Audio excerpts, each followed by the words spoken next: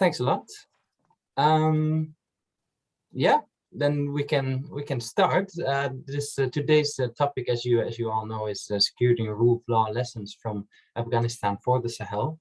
Well, the Afghanistan case has, of course, been widely discussed in the last months, also with us in a closed roundtable, but still we thought it was very relevant to follow up, of course, because the situation is constantly changing in Afghanistan, but also in the Sahel. And yeah, it's also because we had a closed roundtable, but not a discussion with our wider network. So yeah, we thought this comparison could be relevant because there are some similar trends in the Afghanistan and the Sahel on, for example, interventions on counterterrorism. France recently mentioned that they would retreat forces, which is also, of course, a comparison there. Yeah, to discuss that, we have two excellent guests. Happy to that they dedicated time to step into dialogue with all of you. We have Dr. Willemijn Verkoren, who works at the Radboud University, who has a great perspective on the security and rule of law sector, and also more specifically on preventing and countering violent extremism.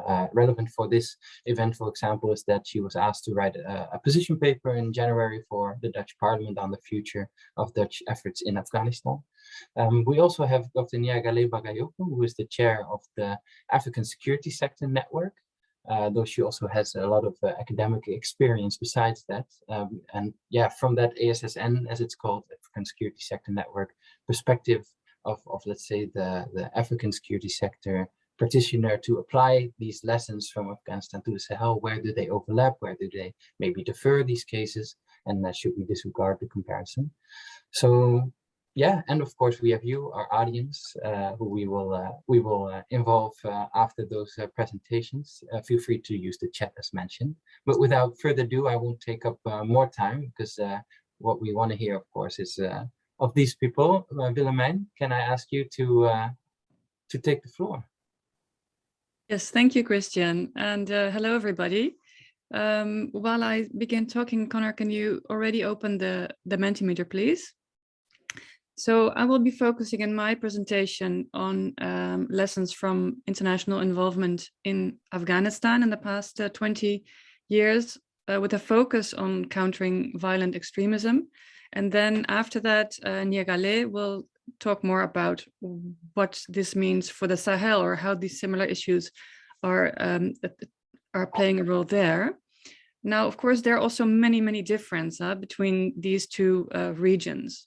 But for the moment, what we're interested in mostly is the commonalities, the common issues, because that will enable us to draw lessons from one region to the next. So we wanted to ask you to start with, if you want to share with us what you think the main common issues are between these two parts of the world. And you can do that by going to the website that you see here on top, menti.com, and then you enter the code that you see there also on top. So 6337 6616. And I see already some responses coming. I want to ask you, of course, this is a big question, but try and limit your responses to 1 or 2 or 3 words, just a limited number of words. And you can also enter more than one. You can enter up to 3 replies, and then we will see them appearing here. We will see it in larger font when things are mentioned more often, so we can get a sense also of what are the themes that are mentioned a lot by all of you. So indeed, of course, a very important common theme is extremism, extremist groups.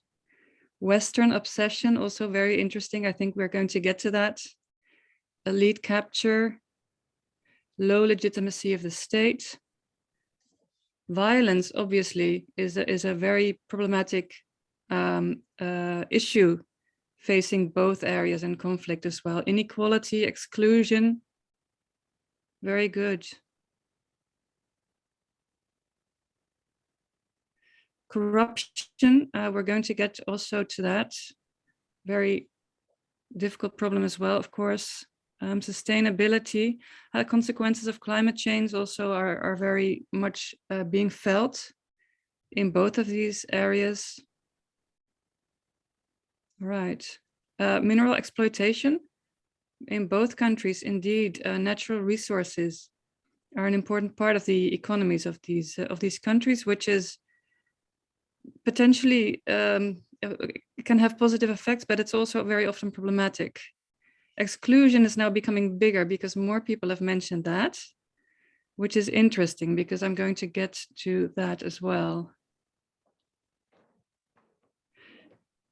Maybe I'm just thinking, Connor, if we maybe go to the PowerPoint now and then we come back to this after my presentation, perhaps, so people can still keep putting in their replies while I'm talking about lessons from Afghanistan. Otherwise, maybe this will take a bit too much time.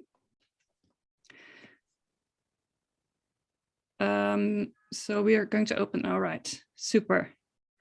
So of course, I mean, there's a lot to be said, right, about countering violent extremism or about what we can learn from 20 years of involvement in Afghanistan. But I'm going to try and limit myself to 10 to 15 minutes. And I've decided to focus on a few lessons that seem particularly important to me, 5 to be exact. And we're going to move immediately to the first one. Now, due to the great fear of terrorism in the West, and it's interesting that one of you put Western obsession. I think you might be have been referring to this. I'm not sure. You can tell us later. But there's this great fear of terrorism in the West, and for that reason, counterterrorism has dominated international approaches to Afghanistan. I would argue, and probably also to a large extent approaches to the Sahel as well. And Western interventions have been driven in a large part by a desire to prevent terrorist attacks in the West somehow emanating from these unstable regions. So in Afghanistan, the US and its allies only intervened in Taliban-ruled Afghanistan after the 9/11 attack had taken place in direct response to that attack. However, in fact, the danger that terrorism poses to Western countries is actually very limited. You can see it in this chart where Europe and North America are dark blue. You can see that terrorism is mainly a problem for a limited number of countries in Africa and Asia, including Afghanistan and the Sahel countries. And this is because terrorist attacks usually take place in the context of a political conflict. And that context of conflict and politics, I would argue, has often been overlooked in the past 20 years. And that has to do with the dominant view of terrorism, which sees terrorism as carried out by religious fanatics without a concrete political agenda, except that they want to destroy the Western way of life. And this image has led to a lack of interest in understanding the motivations of those joining extremist groups. It has also contributed to a focus on military approaches, because if terrorists only want to destroy the West, then there's really nothing to talk about. So force is the only appropriate response, and that is to a large extent also, of course, what we have seen. However, terrorist violence is in fact very much politically driven. Violent extremists are angry, both at their own governments for failing them, and at Western countries, such as the US and France, for intervening. What we also see is that they are very often from marginalized regions. So this word exclusion that the number of people mentioned is important there. Their motivations also include unemployment, a lack of access to education, government corruption that you also mentioned, and counter-terrorist violence. And if you want to know more about this, I can recommend this UNDP study that you see on the slide. That website has a very nice way of presenting the main findings, which will only take you a few minutes. So this focus on terrorism, understood as apolitical, has deflected attention from addressing demands which might in some cases be very legitimate, and from pursuing inclusive political settlements. We can go to the next slide. I'll get to my second lesson, which is related very much to this. So as mentioned, our military approaches have been dominant, And this includes direct military intervention, of course, by the US and its allies in Afghanistan and by France and its allies in the Sahel, but also the use of force by national armies in the countries concerned, as well as international efforts to develop and to train these armed forces, which has also been, of course, a huge effort in both areas. But the idea has been that, especially initially in the early intervention in Afghanistan, that violent extremism could be simply wiped out with military force. You might remember in 2001 how then President Bush described the intervention. We're going to bomb Al-Qaeda and the Taliban into oblivion. We're going to smoke them out of their holes. So the idea was that the extremism could simply be bombed away. Of course, a bit later, a second aim became very important in Afghanistan, which was to build the Afghan state. Unfortunately, that has had its own problems, which I'll get to later. But for now, what's important to understand is that neither approach really addressed the political dimension. And by that, I mean the need to involve all parties and to sit together and to agree actually on the type of government and institutions needed and wanted. So there's been a lack of political dialogue, even though history has shown, also in other parts of the world, that political dialogue is much more likely to combat extremism and terrorism than the use of force. And you see here some pictures of the leaders of the IRA in Northern Ireland, the PLO in Palestine, who entered negotiations. And having a political way out for them made them decide to abandon violence. On the other hand, if people don't see a way to achieve their objectives through political means, they may resort to violence as a means of pursuing change. In Afghanistan, finding a political solution through diplomacy was neglected for a long time. Especially in the earlier years, after the 2001 intervention, opportunities were missed. The Taliban at that time were weakened and they reached out to talk, but the Afghan government and international forces rejected this, just as actually was also the case with the PLO and the IRA. For a long time, the opponents clung to the position that they would not talk to terrorists, which is of course also a very understandable position. But in all these cases, after some time, the realization came that negotiation was necessary if a way out was going to be found. It was really the only way. Also in Afghanistan, of course, this finally happened, this realization. But by then the Taliban had gained in strength and extremer figures had also come to dominate the movement. And now that the Taliban have taken over, of course, political dialogue is even more difficult, but no less important. And Niagalé is going to talk more about this also in the context of the Sahel, because there have been a number of initiatives there at attempts at political dialogue, some more successful than others. In any case, you know, my point here is that the driving forces of extremism that I mentioned a minute ago, they can't really be solved through military force. Sometimes military force may be necessary, but it doesn't really address these causes. It also sometimes makes matters worse, or often does, because military approaches obviously come at great human cost, and they create additional grievances. Nearly every Afghan family has lost at least one member to the violence since 2001, and this has contributed to support for extremist groups. In spite of 20 years war on terror, violent extremism, in fact, in the world has only increased, spreading to more and more countries, especially in Africa. In Afghanistan, the intervention to fight terrorism has only exacerbated the problem of terrorism. For a number of years now, unfortunately, Afghanistan has been the country with the most annual deaths from terrorism. So instead of relying on military solutions, violent extremism requires a political approach. It also requires a focus on development, but of the right kind. And what do I mean by that? And then we can go to the next slide, Connor.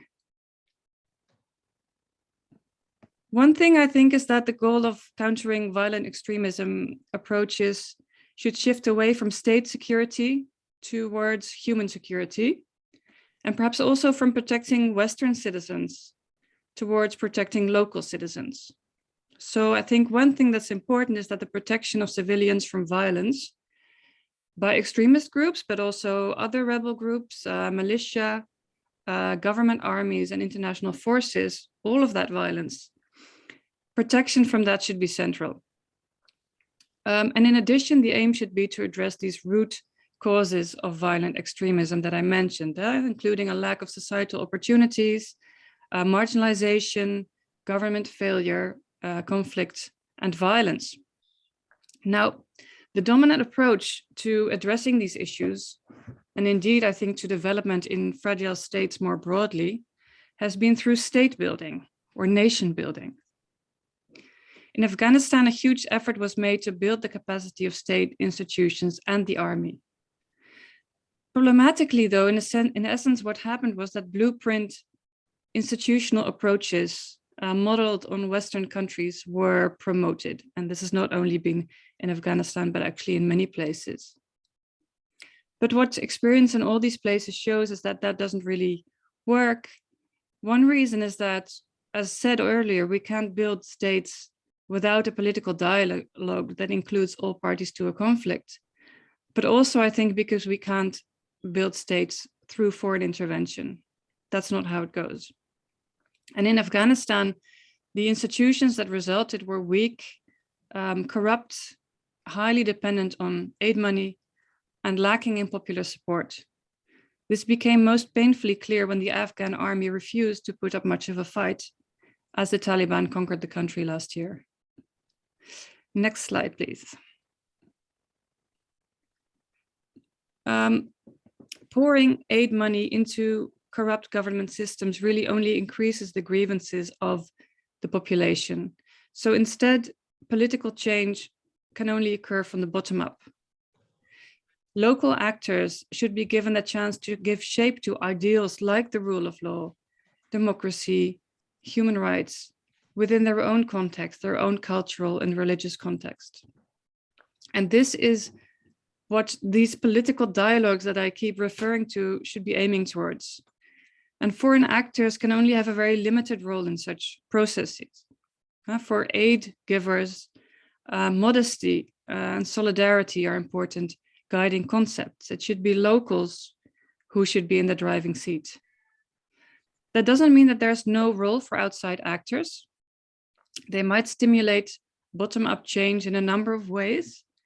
For example, by supporting citizen movements, by investing in education, offering micro grants or cash support to small enterprises, and investing in agriculture, and particularly perhaps irrigation, given the consequences of climate change for these countries. Such actions can make a difference in several ways. First, they can help to create alternatives to violent extremism, in other words, jobs. Second, they help to develop the middle class, which around the world has been the driving force for democratization. And third, they increase the tax base for governments, thereby reducing their dependence on aid money and natural resource incomes. And you mentioned that also in the Mentimeter, the role of natural resources, which seems to be quite important. It's well known that those types of government income, so aid and natural resource rents, tend to reinforce corrupt and authoritarian tendencies, whilst reliance on tax income can have a democratizing effect. And this may perhaps be a bit short and abstract, but we can talk about this more later if you like. Mindful of the time, though, I want to go on to the final slide, lesson number 5. A bit unrelated to the argument so far, but nonetheless relevant, I think, is that looking again at Afghanistan, Taliban are not a centrally managed organization, but they're a complex and diverse group. They consist of various factors and autonomously operating regional commanders, some more moderate and others hardliners. Now, when engaging with a group like this and looking for opportunities for dialogue, it's important to have a good understanding of this and to be strategic about who you actually reach out to. What's also important is that each faction has its own ties to other groups and also to other countries. As you see here in on the slide, Pakistan has been known to meddle very strongly, but also countries like Russia, Iran, China, and the Stan countries each have their own interests and their own local clients, both inside the Taliban and outside of it. What this means, and that might also be applicable to the Sahel, is that a regional approach is needed, as the problems of Afghanistan are in fact transnational. And it may be possible somehow to look for common ground in the interest of the regional players in order to develop a regional approach towards solving the political problems of the region. For example, some issues that a lot of these countries have in common, China, Iran, the Stans, they all want to counter Islamic extremism and also drug trade in the region.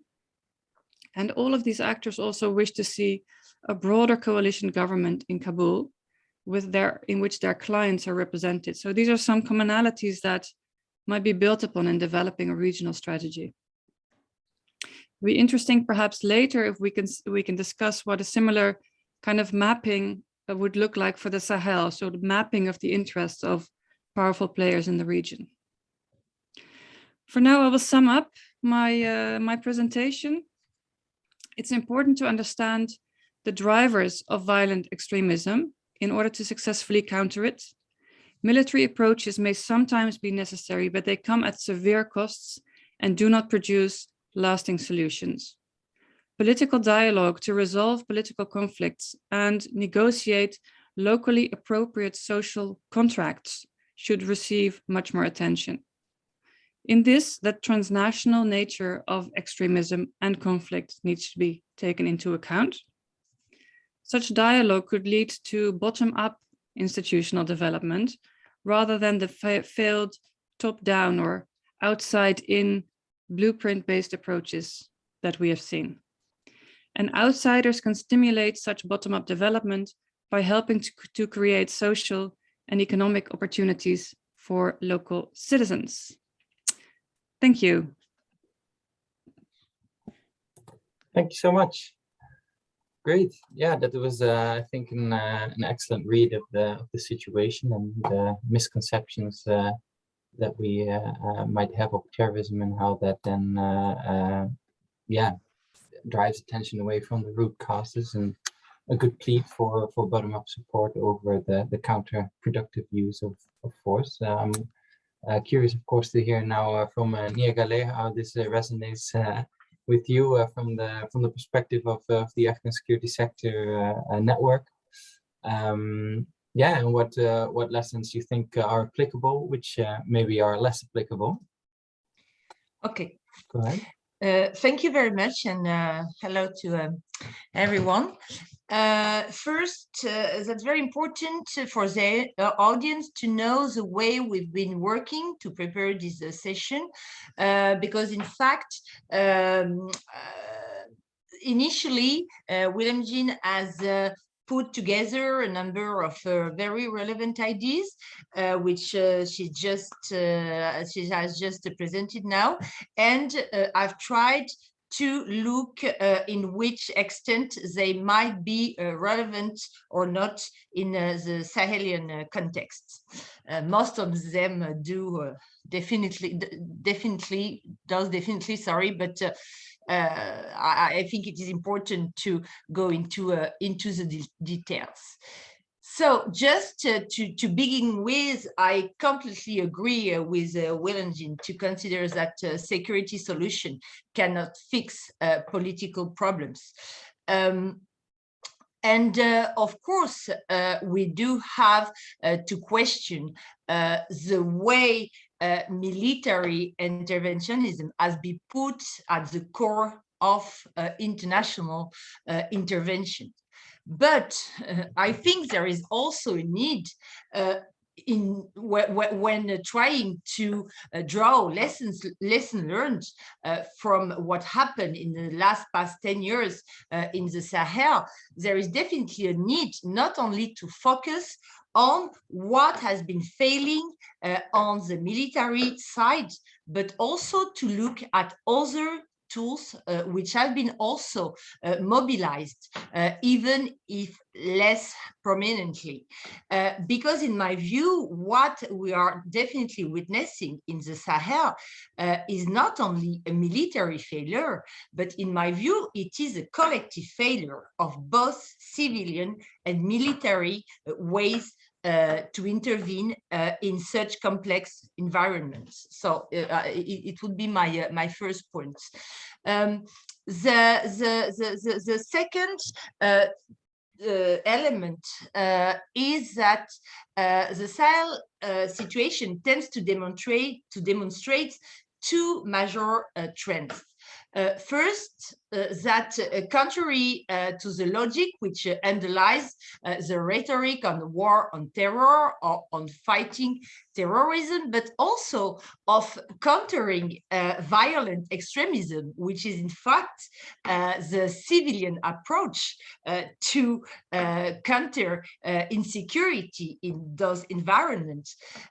We can see that jihadi groups are in essence political actors.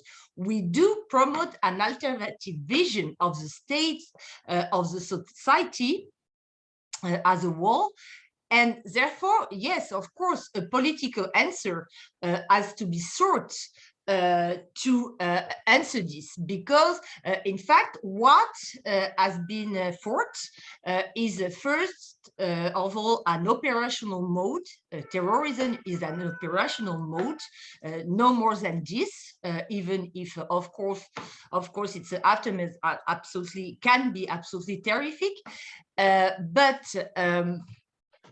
it also has been sought as global ideologies when you're talking about violent extremism.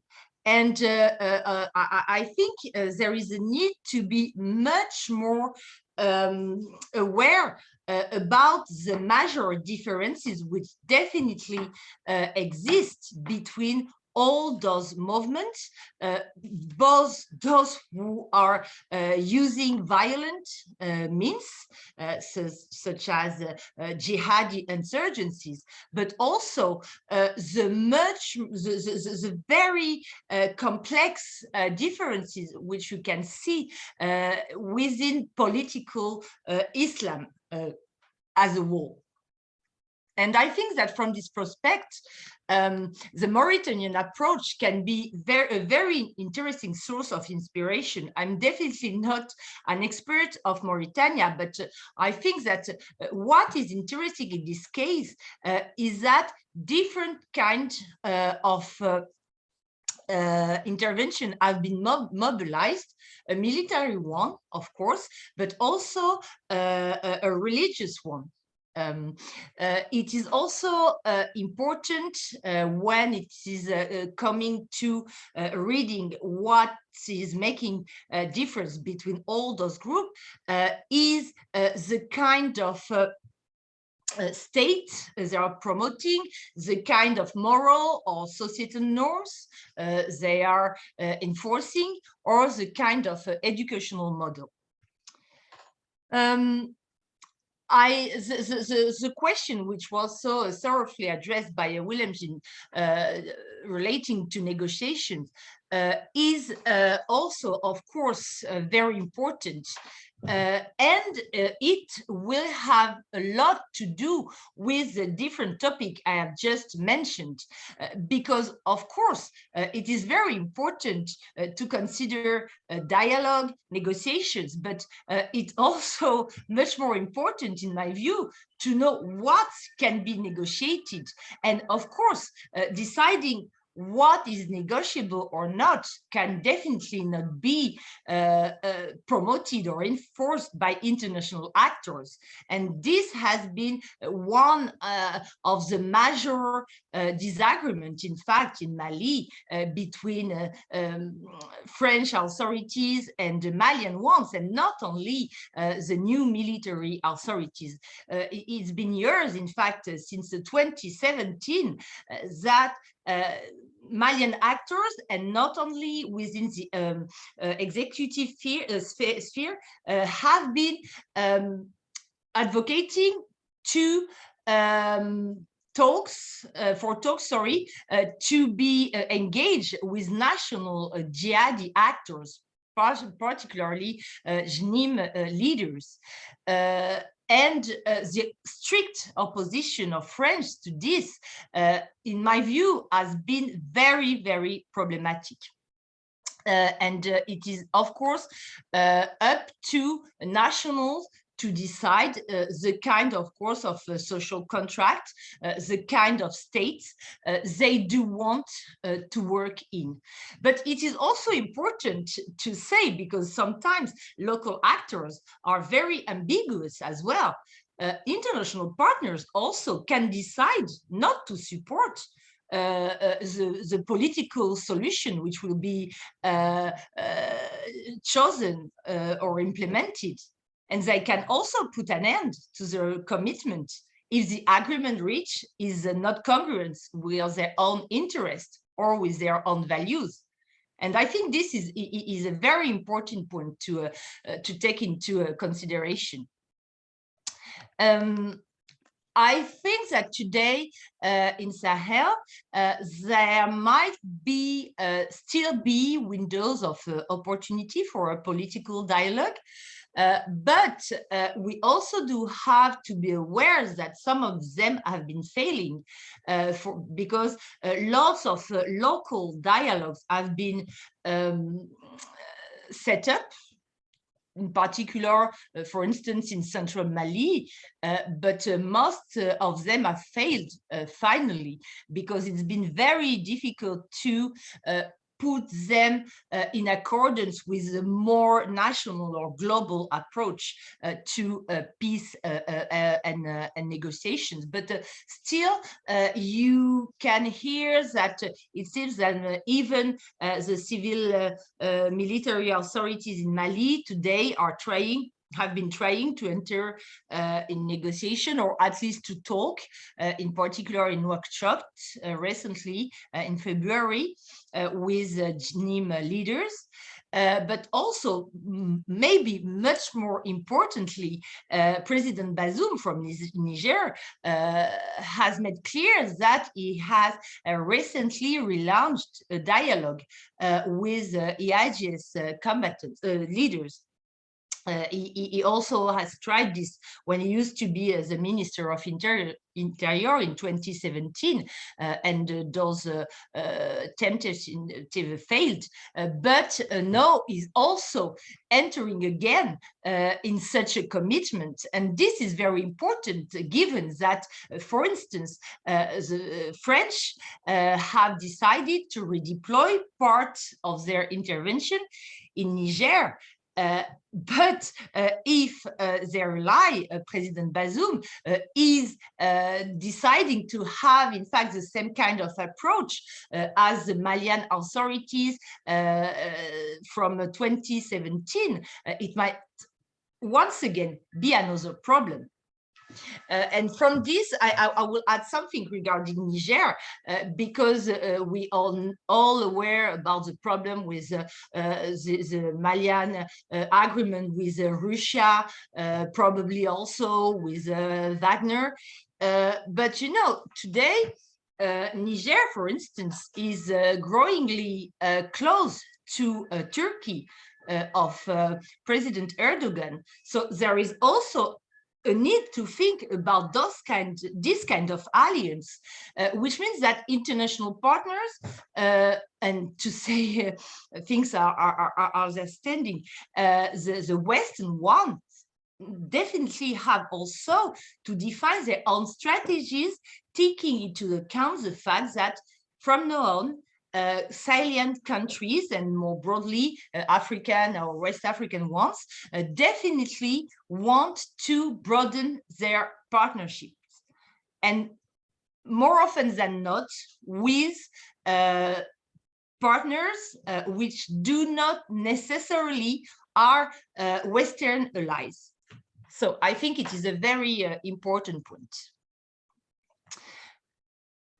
In my view, it is also very important beyond looking at what the kind of differences you do have between jihadi insurgencies in terms of, as I was mentioning, vision of the state, of this vision of the state, of the society, of moral norms, etc. It is also important to look at what are the motivations behind the engagement of their own combatants, because I think it is too easy to consider that it is only because of poverty, it is only because of anger.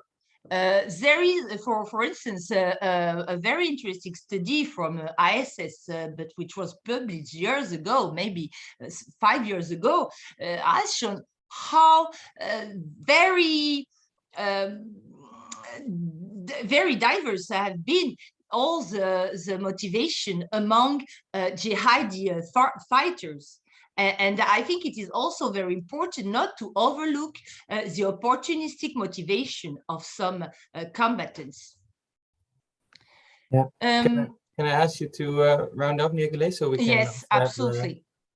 I think that what it is very important, as I was just saying at the beginning of my presentation, it is the need not to romanticize civilian and development interventions, which also, and governance interventions, and I will include myself within this, which also have been failing as well, because they have been based on very standardized, one-size-fits-all, and imported, in fact, approaches, both from a normative but also from a methodological perspective.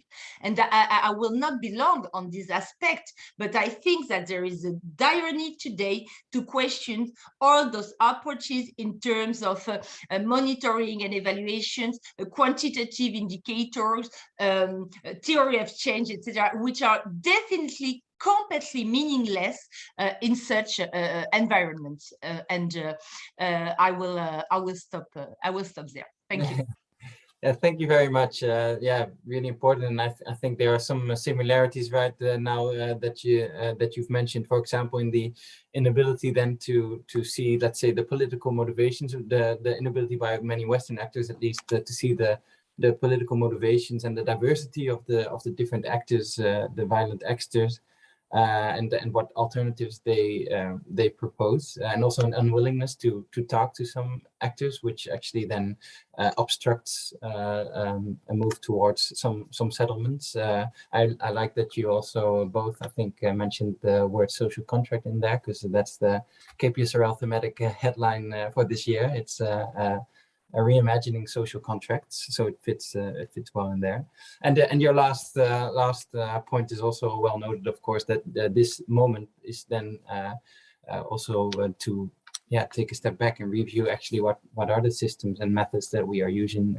Apparently they are not really making a lot of progress, so what can be done there? Well, a lot of food for thought, but let's hear what the others in this digital room have to say about that. I encourage everybody to open up your camera, so we can have although it's digital, have a bit of an idea of that we're all in the same room together. And I encourage you to share your questions, things that maybe surprised you, things you'd like to add on that you've heard and that you would like to expand upon. Questions for obviously Willemijn and Niagalé are all very welcome. So you can raise your digital hand, and then we can just give you the floor, and then you can unmute yourself. I already saw one question in the chat from Marco. Maybe you already want to ask that Marco. It was on. Yeah, if you want to, I can read it, and elsewise you can say it yourself if you want. I'll read it out loud. It says, a question for you, Willemijn. I think you concluded by saying that outside actors could support societies in these contexts, fractured social contract, by helping to create economic and social opportunities. But what about justice? Yeah, thanks for that. Maybe before I respond, I can very quickly raise two other issues, if that's okay. One is I was wondering if we could just have a very quick look again at the word cloud, or maybe keep it open. So the Mentimeter, because people might have been still filling that in while we were talking.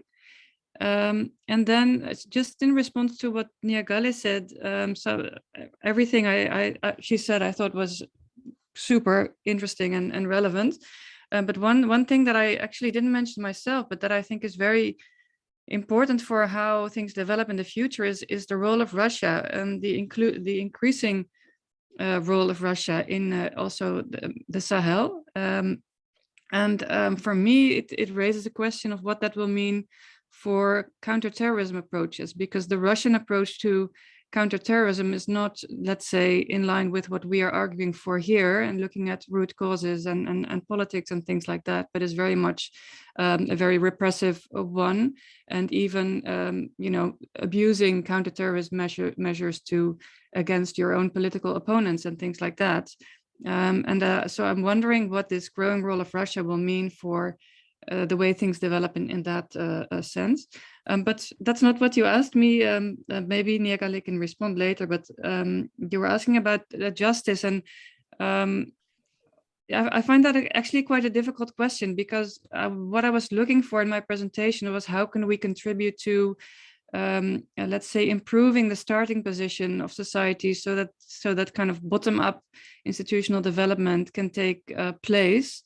Of course, justice is super important, and the rule of law, especially also for tackling some of these driving forces of extremism, actually, that I mentioned, right? Exclusion, government corruption, things like that. So rule of law is of crucial importance. But what I find difficult about the question is what we can do from the outside as aid workers or whatever donors in support or developing that. And I think that is where we have to be very careful in not trying to kind of export our own blueprints, but make sure that it is these kind of, as Niagalé was also describing, these kind of political dialogues about what a justice system should look like, that is being driven by local actors. And it raises possibly also some difficult points, because it's possible that the outcome of such processes may not be in line completely with our values as supporters, and what then. So that's what makes it a difficult question for me. But maybe Niagalé can respond as well, because you were referring, for example, to the Mauritanian case, which I don't know much about, but perhaps it's irrelevant here. I am absolutely not, as I mentioned, a specialist of Mauritania. I'm just reading, but I have not been able to conduct research on the ground. But what is clear is that the approach has been a security one, because what is important to say is that, yes, today in the Sahel, there is a need to rely on the security instrument as a whole, be it military, be it based on the judiciary chain. It is very important not to devaluate this, but what is important is to put it within a broader political and strategic vision, which has been completely missing. So what is clear in Mauritania is that beyond these security instruments, also religious dialogue between conservative Islam and more progressive one has been clearly enforced, and also that initiatives have been taken, especially in the area, in border areas. So I think it is very important. But as regards justice as such, and if I may, I think it is also very important to look at education as well, because education also is always presented as the ideal tool, especially for girls, etc., and women. But we also do have to wonder what is the kind of justice which local people, and when I'm saying local, I'm really talking about what is happening at the very grassroots level, are asking for. And for instance, all the research or the survey demonstrates that people are more relying on a customary justice on the one hand, or on religious justice as well. So what is exactly the stand of Western partners on this? What do we think about customary justice? What do we think about Islamic law? Because cadis are really relied by population. So this is a major question in my view. And I would say it is exactly the same for education, because when we are saying, yes, instead of the military instrument, let's promote education. Yes, of course, but what kind of education? Can we continue to promote a Western model of education, which is considered as have been failing? Is it really normal? And I'm saying that with a total objectivity, I think, because I'm French, I have no religions at all, in fact. So I'm not promoting everything, but is it normal that in a country such as Mali, for instance, at the university, you only have one course of Islamic law? Of course it is not. And this is also the reason why those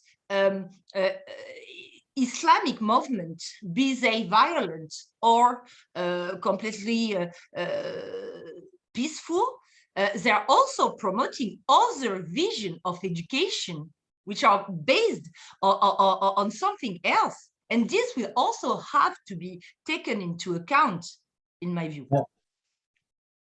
Yeah. So really be aware of what the institutions, maybe look like for Western perspectives, and what their role would be in the context that you're working with. I see some hands up. Visha was the first one, I think. So yeah, please go ahead.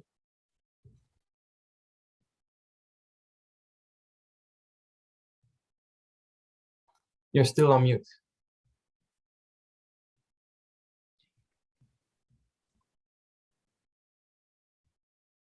Yes. Yeah, thank you for this interesting session. And also, I'm working within the EAS as of today. So that may be interesting as well. Mike? Yes. The sound is a bit shaky.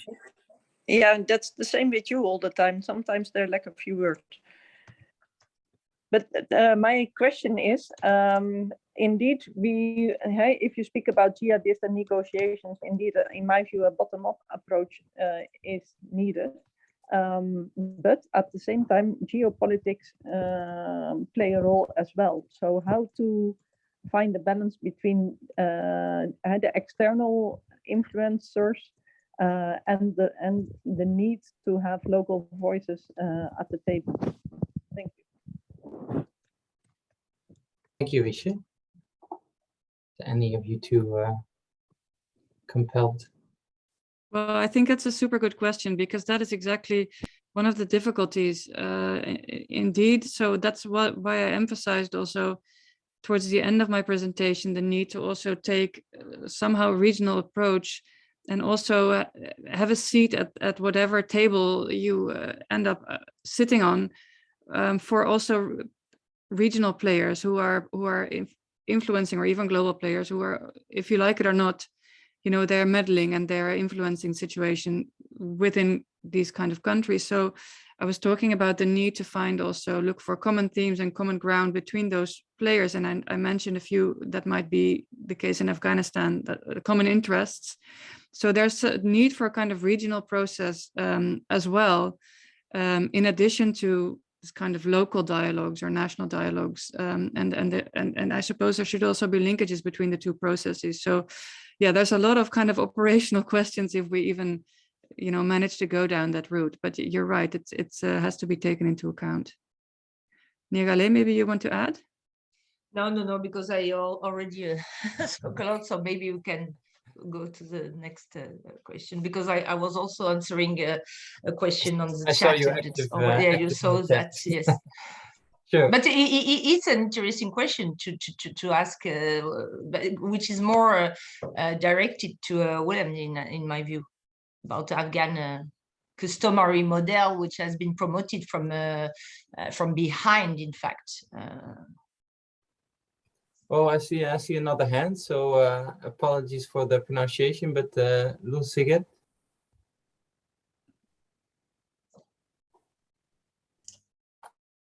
Well, thank you very much. Well, it was really an interesting discussion and presentation, which I really appreciated. It was very frank. I hope it will not remain in the chat house here, but it will be taken into account by the different groups who are actually the main actors when it comes to addressing the issue of violent extremism. Well, I think which I was really impressed and happy to see more was about the role of culture. Though Niagalé has really mentioned it indirectly with the traditional, the Islamic law and whatnot. But I think, well, she has raised a very important issue there. There are some non-negotiable things that cannot be negotiated, and those can only be addressed through customary law, customary religious faith institutions.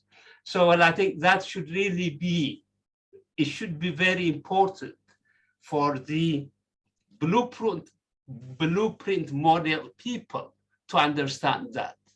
The blueprint doesn't work, is not working.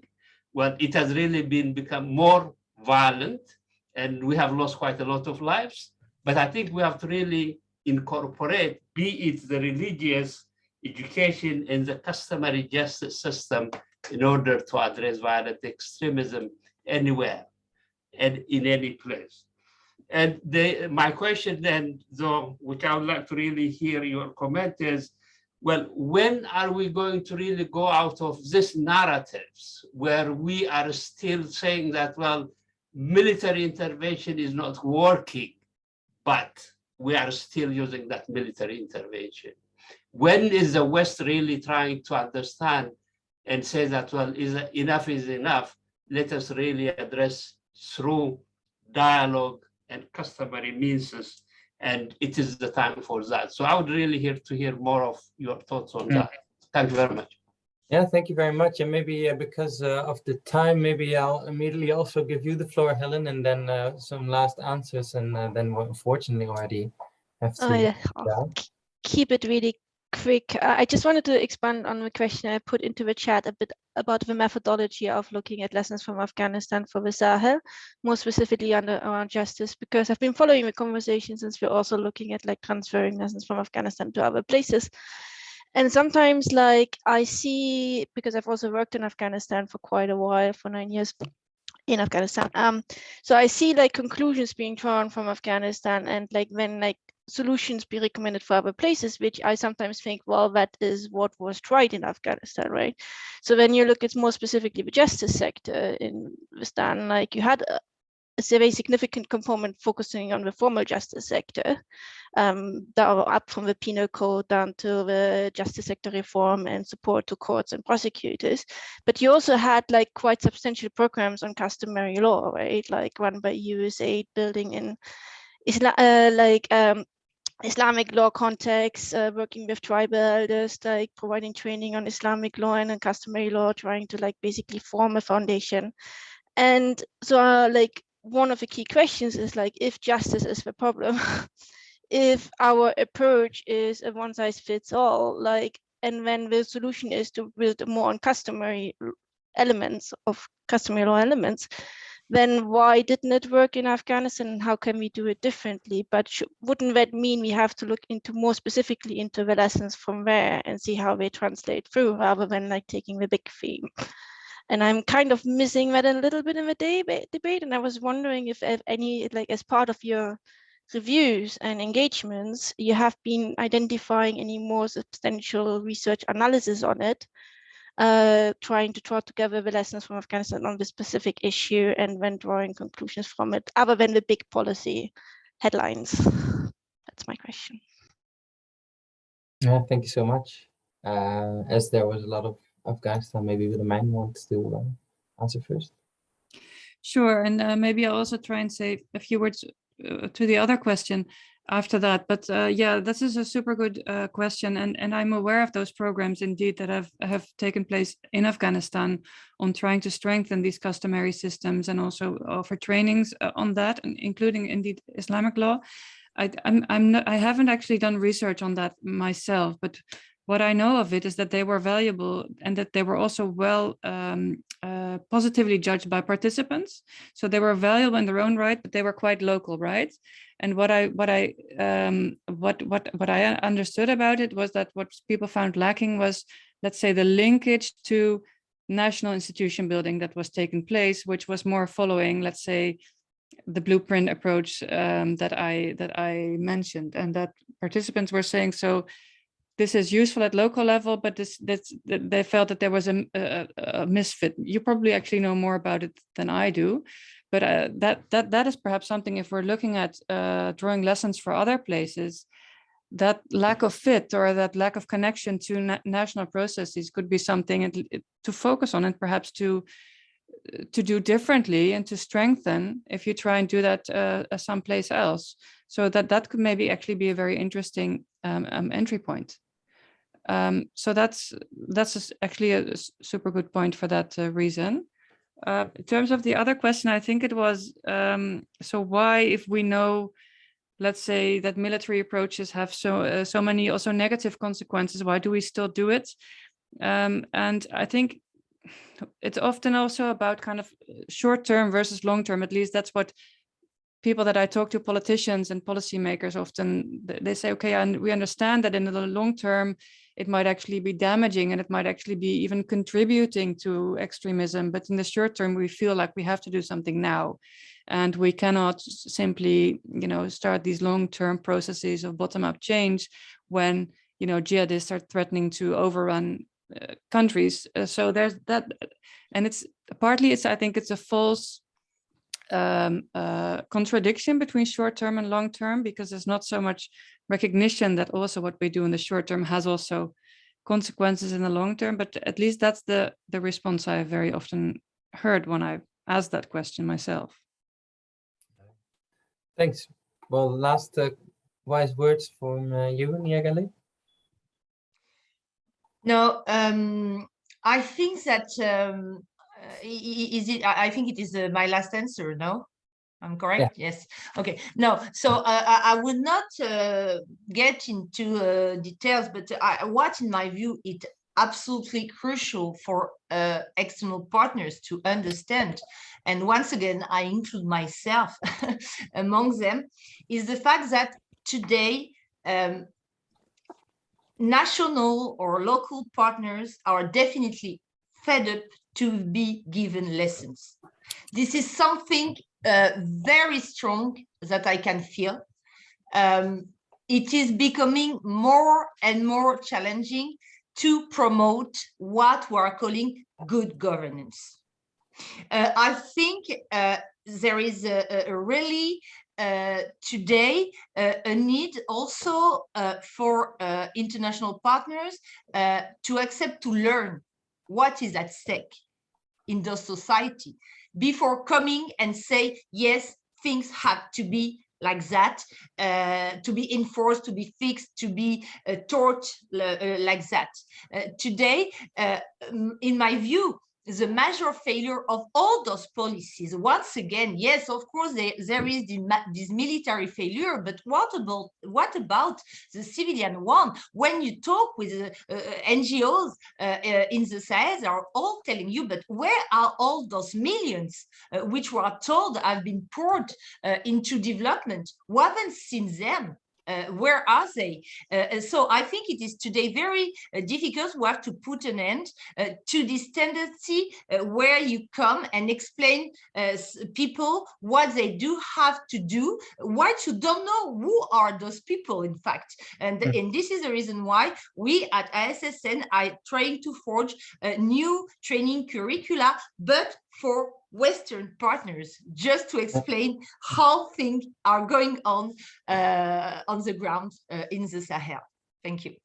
Yeah, no, very good point that it's simply not accepted anymore. Also, this top-down ideas, and it reminds me of the discussion on capacity building, whether it shouldn't be something else like capacity sharing or a lot of I see also in the chat still a lot of points are made. So maybe Connor, can you put on the end slide, because there are also the addresses of Niagalé and Willemijn, if you have things that you want to follow up on that unfortunately couldn't be discussed here anymore. And of course, as a knowledge platform, we practice what we preach. So if you scan that QR code, there's a very simple few questions to give us the feedback on how we can organize this in the future in a better way, or just to give us a nice compliment if you think it was is done in the right way. Yeah, please, I want to thank you again, both Niagalé and Willemijn, and also all of you that came here and asked your questions. I thought it was really energizing, and hope you all have a really nice weekend, and register for a newsletter if you want to stay tuned for other future events. In the chat, you can also find a link to the survey, by the way, if QR codes are a bit of wizardry for you. Thank you. Thank you, everyone. Thank you. Bye-bye.